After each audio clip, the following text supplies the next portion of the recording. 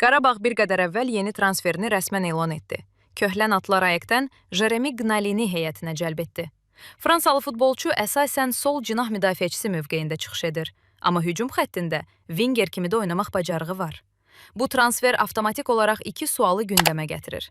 Birinci sual: Elvin Cəfərbuliyev bu gecə Qarabağla vidalaşır? İkinci sual: Yoxsa Abdullah Zuberin start heyətdəki rolu azalacaq? İkinci ehtimal o qədər kuboklarda stabil çıxışı ilə diqqət mərkəzinə düşüb. Üstəlik, 2020 Çempionlar Liqasının play-off mərhələsində çıxış edəcək Qarabağı ciddi sınaq gözləyir. Ağdam təmsilçisi fevral ayında son dərəcə gərgin oyun cədvəli ilə üz-üzə qalacaq.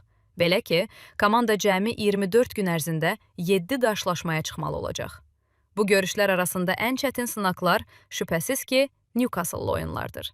Bununla yanaşı, Premier Liqada çempionluq iddiasını qoruyan Qurban Qurbanovun komandası həmin dövrdə Neftçi və turnir cədvəlinin lideri Sabahla da üz-üzə gələcək.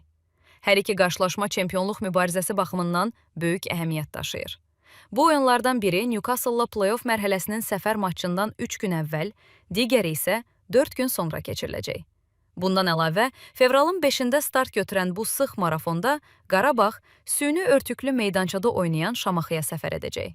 Həmçinin örtüyü yararsız vəziyyətdə olan Quba Olimpiya kompleksinin stadionunda İmişli ilə qarşılaşacaq. Bu tip meydançalar isə Ağdam klubunun futbolçuları üçün zədə riskini daha da artırır. Belə bir çətin şəraitdə Qurban Qurbanovun komandanı necə idarə edəcəyi futbol ictimaiyyəti tərəfindən maraqla izlənilir.